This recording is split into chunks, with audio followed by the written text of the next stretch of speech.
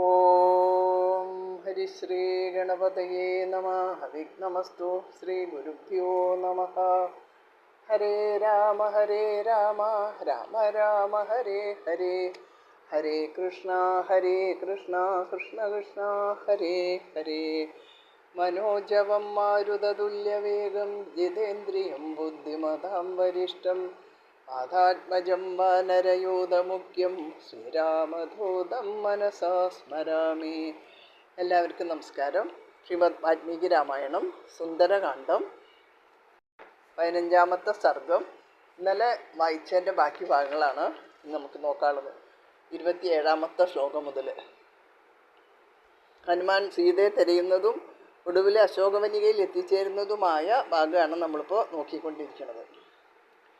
പൂർണ്ണചന്ദ്രാനണാം ശുഭ്രം ചാരുവൃത്തവയോധരാം കുർവന്തിം പ്രഭയാ ദേവീം സർവാവിധിമിരാദിശ താം നീലകേശിം ബിംബോഷ്ടിം സുമധ്യാം സുപ്രതിഷ്ഠിതാം തീതാം പത്മബലാസാക്ഷിം മന്മഥസ്യ രതിം യഥാ ഇഷ്ടാം സർവസ്യ ജഗതഃ പൂർണ്ണചന്ദ്രപ്രഭാമിവ ഭൂമോ സുതനുമാസീനാം നിയതാമിവ താപസീം നിശ്വാസ ബഹുളാം വീരം ഭുജഗേന്ദ്രവധൂമിവ ശോകജാലേന മഹദാ വിദദേന നരാജ്യതിം സംസക്താം ധൂമജാലേന ശിഖാമിവ വിഭാവസോഃ താം സ്മൃതിമിവ സന്നിഗ്ധാം ഹൃദ്യം നിബധിതാമിവ വിഹതാമിവ ജഷദ്ധാം ആശാം പ്രതിഹതാമിവ സോപസർഗാം യഥാ സിദ്ധിം ബുദ്ധിം സകലുഷാമിവ അഭൂതേനാപവാദേന കീർത്തിം നിബദിതാമിവ രാമോപരോധവിദിതാം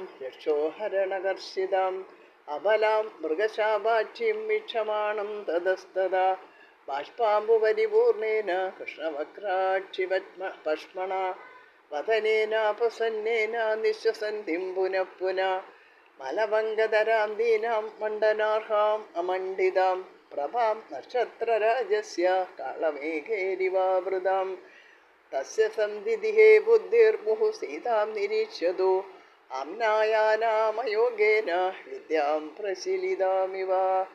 വിരഹദുഃഖത്താലെ ഓജസ്സും തേജസ്സും ഉത്സാഹവും ഒളിമങ്ങിപ്പോയ സീതയുടെ ദുഃഖവും പാരവശ്യവും ഈ പദ്യങ്ങളിൽ അലങ്കാര ചാരുതയോടെ വർണ്ണിച്ചിരിക്കുകയാണ്. എന്തൊക്കെയാ നോക്കാം. സുന്ദരിയായ സീതാദേവിയെ കണ്ണിൽ കണ്ടിട്ടും ഹനുമാന്റെ ബുദ്ധി സ്വല്പം നേരം സന്ദേഹത്തിൽ തട്ടിത്തടഞ്ഞു നിന്നുപോയി. കുറച്ചു നേരത്തേക്ക് അശോകവനികയിലിരിക്കുന്ന ആ സ്ത്രീ സീതയാണ് എന്ന് നിശ്ചയിക്കാൻ ഹനുമാന് കഴിഞ്ഞില്ല. ഒരു നിലയ്ക്ക് ആലോചിക്കുമ്പോൾ സംശയമില്ല, സീത തന്നെ. മറ്റൊരു ചിന്തയിൽ സീതയാവാൻ വഴിയില്ല എന്നും തോന്നിപ്പോയി. ഈ സന്ദേഹം അദ്ദേഹത്തെ അല്പനേരം കുഴക്കുക തന്നെ ചെയ്തു എന്ന് സാരം. പൂർണ്ണചന്ദ്ര സദൃശമായ മുഖം, വില്ലൊത്ത പുരികക്കൊടികൾ, വൃത്തമൊത്ത മാംസളങ്ങളായ കൊങ്കകൾ, ദിക്കെങ്ങും മൂടിയ കൂരിരുട്ടകറ്റുന്ന ദേഹകാന്തി, കറുത്ത തലമുടി, തൊണ്ടിപ്പഴത്തിനെതിരായ ചുണ്ടുകൾ, കൃഷമദ്യം, താമരയിതൽ പോലുള്ള നീർമിഴികൾ, ഇവ ചേർന്ന സീതാദേവി കാമനരതി എന്ന പോലെ ലോകത്തിന് പ്രിയപ്പെട്ടവളായിരുന്നു. പൂർണ്ണചന്ദ്രന്റെ ശരീരകാന്തിയുള്ളവളും പെൺപാമ്പിനെ പോലെ പേടിച്ചവളും ദീർഘവും തീവ്രവുമായ ദുഃഖത്താൽ കാന്തി മങ്ങിയവളും പുകമൂടിയ തീനാളം പോലെയുള്ളവളും സിഗ്നാർത്ഥമുള്ള സ്മൃതിവാക്യം പോലുള്ളവളും ക്ഷയിച്ചുപോയ സമ്പത്തിനെ പോലെ ഉള്ളവളും കുറഞ്ഞുപോയ വിശ്വാസം, തടയപ്പെട്ട ആശ, ആപത്തോടു കൂടിയ കാര്യസിദ്ധി എന്നിവ പോലെ ഉള്ളവളും കലങ്ങിയ ബുദ്ധി, ദുഷ്പ്രഭാവത്തിൽ അകപ്പെട്ട യശസ് എന്നിവ പോലെ ഉള്ളവളുമായ ദേവി പത്രവിരഹത്താൽ അഗാധമായി ദുഃഖിച്ചിരുന്നു. രാക്ഷസാപഹൃതയായതിനാൽ വല്ലാതെ മെലിഞ്ഞിരുന്ന അവൾ ദുർബലയായി ഭയപ്പെട്ട് നാലുപാടും നോക്കിയിരുന്നു. കണ്ണീർ നിറഞ്ഞ കണ്ണുകൾ, തേജസ്സറ്റ മുഖം, തുടരെ പുറത്തുവിടുന്ന നെടുവീർപ്പുകൾ എന്നിവയാൽ കാർമേഘത്താൽ മറയ്ക്കപ്പെട്ട ചന്ദ്രനെ പോലെ ഒളിമങ്ങിയവളായിരുന്നു എന്ന് വേദസാരം ഉൾക്കൊള്ളാത്തതിനാൽ ശിഥിലമായി തീർന്ന വിദ്യയെപ്പോലെ ആയി. ഉത്കൃഷ്ട വംശജയും ഭൂമിപുത്രിയുമായ ദേവി അലങ്കാരങ്ങൾ അണിവാൻ അർഹയാണ് എങ്കിലും അവയൊന്നും ഇല്ലാത്തവളായി ദീനയായിട്ട് കാണപ്പെട്ടു. കാർമേഘങ്ങളാൽ മറയ്ക്കപ്പെട്ട ചന്ദ്രന്റെ പ്രഭ കുറച്ചു നേരത്തേക്ക് മങ്ങിക്കാണുമെന്നേ ഉള്ളൂ. മേഘം നീങ്ങുമ്പോൾ ചന്ദ്രൻ സ്വന്തമായ കാന്തിയോടെ പ്രകാശിക്കും. അതുപോലെ സീതയുടെ സൗന്ദര്യവും തേജസ്സും വിരഹദുഃഖത്താൽ വാടിയിരിക്കുന്നു എന്ന് മാത്രം. വസ്തുസമാഗമത്തോടെ അത് പൂർവ്വചൈതന്യം വീണ്ടെടുത്ത് തെളിഞ്ഞു വിളങ്ങും എന്ന് സാരം. ഓരോ ഉപമയും സീതയുടെ സൗന്ദര്യവും വിശുദ്ധിയും ദിവ്യത്വവും തേജസ്സും കുലീനതയും നിസ്സഹായതയും ക്ഷാത്രവീര്യവും സർവം സഹത്വവും സൂചിപ്പിച്ചിരിക്കുകയാണ്. ദുഃഖേന ബുബുധേ സീതാം ഹനുമാനലങ്കൃതാം സംസ്കാരേണ യഥാഹീനാം വാചമർത്ഥാന്തരം ഗതാം. വ്യാകരണ ശുദ്ധമല്ലാത്തതും മൂലവാക്യത്തിലെ അലങ്കാരങ്ങൾ ഇല്ലാത്തതും തെറ്റായ അർത്ഥം തോന്നിക്കാവുന്നതുമായ ഒരു വാക്യം വളരെ ക്ലേശിച്ച് മനസ്സിലാക്കുന്നത് പോലെയാണ് ഹനുമാൻ സീതയെ തിരിച്ചറിഞ്ഞത്. മലിനതര ചിഗുരവസനം പൂണ്ട് ദീനയായി അലങ്കാരരഹിതമായിട്ട് ക്ഷീണഗാത്രിയായി അവിടെ കണ്ട സീത സാക്ഷാ രാമപത്നിയാണെന്ന് മനസ്സിൽ ഉറപ്പിക്കാൻ ഹനുമാനും നന്നേ ക്ലേശിക്കേണ്ടി വന്നു എന്ന് ചുരുക്കം. താം സമീക്ഷ്യ വിശാലാക്ഷിം രാജപുത്രിം അനിന്ദിതാം തർക്കയാമാസ സീതേതി കാരണേരുപവാദിഭി. രാജപുത്രിയായ സീതയെ ശ്രദ്ധാപൂർവം വീക്ഷിച്ച ശേഷം യുക്തിചിന്ത ചെയ്ത് ആ സ്ത്രീ സീത തന്നെയെന്ന് ഹനുമാൻ തീർച്ചയാക്കി. വൈദേഹ്യായാനി ജാംഘേഷു തഥാ രാമോന്യകീർത്തയത് ധാന്യാഭരണജാലാനി ശാഖാശോഭിന്നലക്ഷയത്.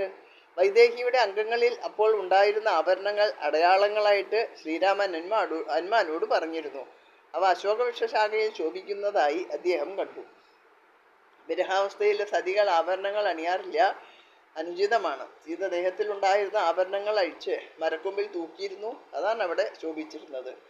സുഹൃതോ കർണവേഷ്ടൗജാശ്വതംശോ ജസു സംസ്ഥിതോ മണിവിദ്രമചിത്രാണി ഹസ്തേഷാഭരണാനി ച ശ്യാമിനീചരയുക്തത്വാ തഥാ സംസ്ഥാനവന്ദിജ ധാന്യേവൈതാനി മന്യേഹം യാനി രാമോന്യകീർത്തയത്.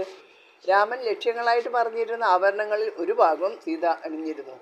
അവ സുമംഗലികൾ നിത്യം ധരിക്കേണ്ടവയാണത്രേ. വളരെ നാളായിട്ട് അണിഞ്ഞ മട്ടിൽ തന്നെ ഇരിക്കുന്നതിനാൽ അവ അങ്ങനെ തന്നെ പതിഞ്ഞു കിടന്നിരുന്നു. മാണിക്യം, പവിഴം എന്നിവ കൊണ്ടുണ്ടാക്കിയവയും കൈകളിലും വിരലുകളിലും അണിഞ്ഞിരുന്നവയുമായ ആഭരണങ്ങൾ അഴുക്കുപിടിച്ച് ഒളിമങ്ങിപ്പോയിരുന്നു.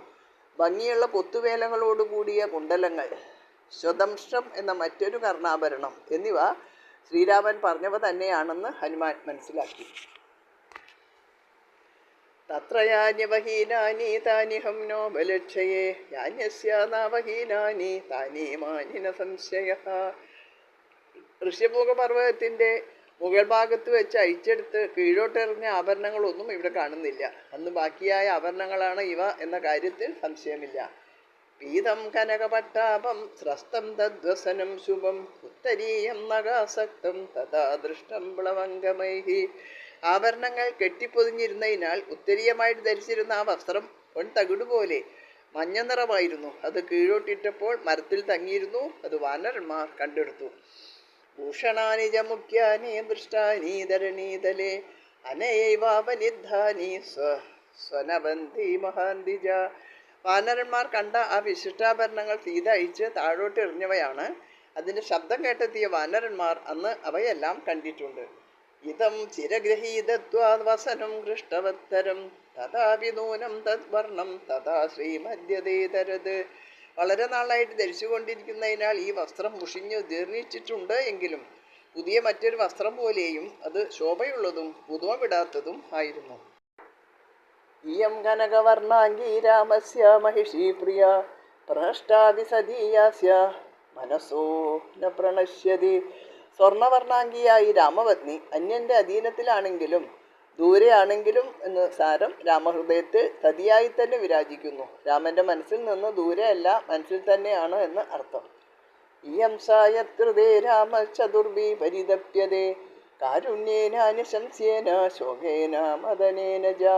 സ്ത്രീ പ്രണഷ്ടേതി കാരുണ്യാദാഷിദേത്യ നൃശംസൃത പത്നി നഷ്ടേതി ശോകേന പ്രിയേതി മദനേന ജ. ആരുടെ കാര്യം ഓർത്താണോ ശ്രീരാമൻ കാരുണ്യം, വാത്സല്യം, ദുഃഖം, കാമം എന്നീ ഭാവങ്ങൾക്ക് അധീനനായത്, ആ സീതാദേവി തന്നെയാണ് ഇവൾ എന്ന് ഹനുമാൻ തീർച്ചയാക്കി.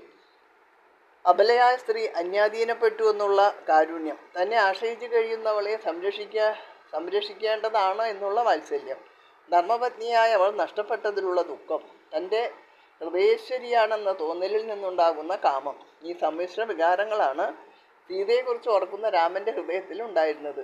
അത്തരമൊരു സമ്മിശ്ര ഭാവം ഉണ്ടാകാനുള്ള ഉത്തമ സ്ത്രീ ലക്ഷണങ്ങളെല്ലാം സീതയ്ക്കുണ്ട് എന്ന് ഹനുമാൻ മനസ്സിലാക്കുന്നു.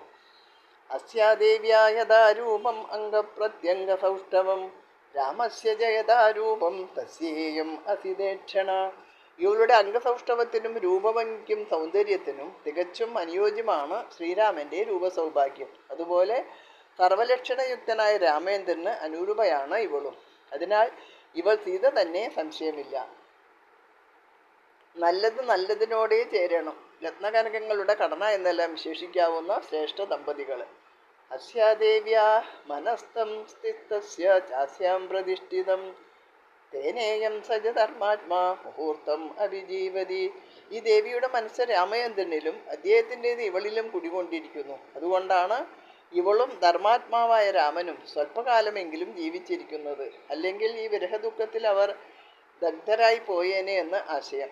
രാമനെ സീതയും സീതയെ രാമനും താന്താങ്ങളുടെ ഹൃദയത്തിൽ കാണാവുന്നതുകൊണ്ട് വിരഹദുഃഖം സഖ്യമായി തീർന്നിരിക്കുന്നു എന്ന് വ്യംഗ്യം. ദുഷ്കരം കൃതവാൻ രാമോ ഹീനോ യതനയാ പ്രഭു ധാരയത്യാത്മനോ ദേഹം നശോകേനാവസീതതേ. ശ്രീരാമൻ ഇവളെ പിരിഞ്ഞിട്ടും ദേഹം ധരിച്ചുകൊണ്ടിരിക്കുന്നു. ദുഃഖത്താൽ അകന്നുപോയിട്ടില്ല. അതുകൊണ്ട് തന്നെ അന്യസാധ്യമല്ലാത്ത മഹാകാര്യങ്ങൾ പ്രഭുവായ അദ്ദേഹം ചെയ്യുന്നു. സീത രാവണാധീനയാണെങ്കിലും ദേഹം ധരിക്കുന്നു. ശ്രീരാമൻ സ്വതന്ത്രനായിട്ടും ശോകം കൊണ്ട് നശിച്ചിട്ടില്ല. രണ്ടും ആശ്ചര്യം തന്നെ.